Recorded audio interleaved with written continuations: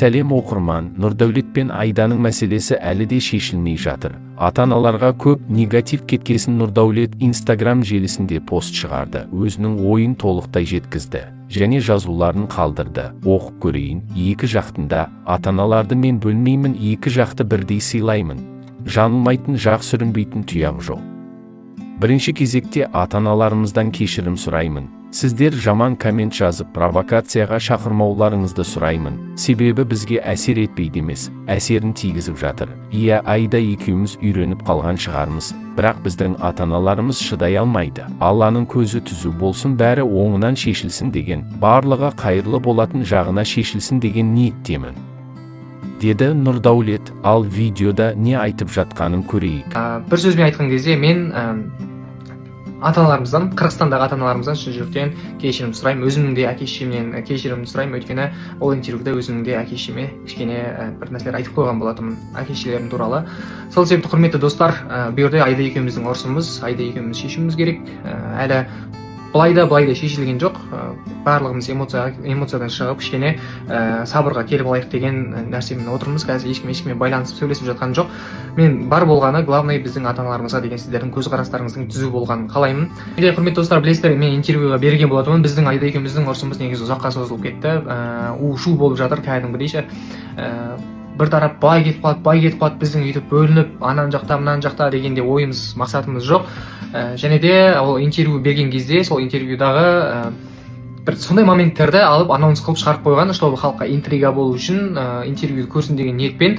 А так негізінде мен ол кісілерді, Айданың ата-анасын, екеуміздің ата-анамызды жалпы мен қатты сыйлаймын, қатты жақсы көремін. Мен стористарда да барлығына, бұрында мен барған кезде мені қалай сыйлап күтіп алып жатқандарын барлығын салып отыратынын сіздер өздеріңіз білесіздер. Ата-аналарымыздың жалпы айтқан кезде біздің ара қатынасымызға ешқандай қатысы жоқ. Біз барлығын ушықтырған, Айда екеуміз эмоция үстінде барлығын айттық, барлығын шығардық. Сол нәрсеге жеткізген біздің өзіміз. Негізі Айда екеумізге қарағанда қазір ата-аналарымызға өте қатты батып жатқан жағдай бұл. Бізге қарағанда ата-аналарымыз өте қатты ойланып, қатты депрессияға кіріп кетіп жатыр. Сол себепті ешкімнің ойына бір арам ой салып қояйын деген ниетім жоқ. Бұйыртса енді көреміз алдағы уақытта бұл мәселе қалай шешіледі, қалай шешілмейді. Тыңдағандарыңызға рахмет. Осылай пост салып қоймасам, көптеген адамдар ата-аналарымызға дұрыс емес ойда бол. Ал енді комментарийларды көрейік. Айда да кешірім сұрасын.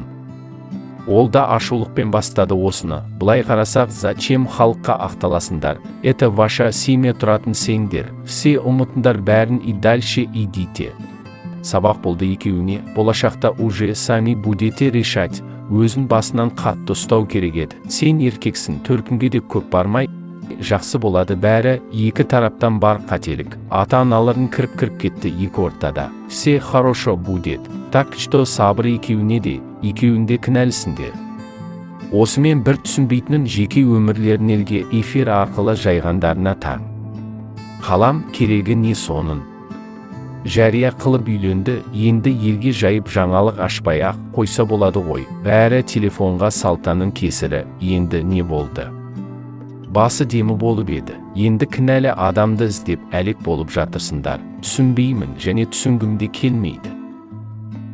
Айданың да мінезі бар еді ғой. Көргенбіз талай бағдарламаға келгенде, осы қыздың өзінен көбірек болғанына сенімдімін. Ол осында келіп керемет болды. Оны даумытпаса екен дейді оқырмандар.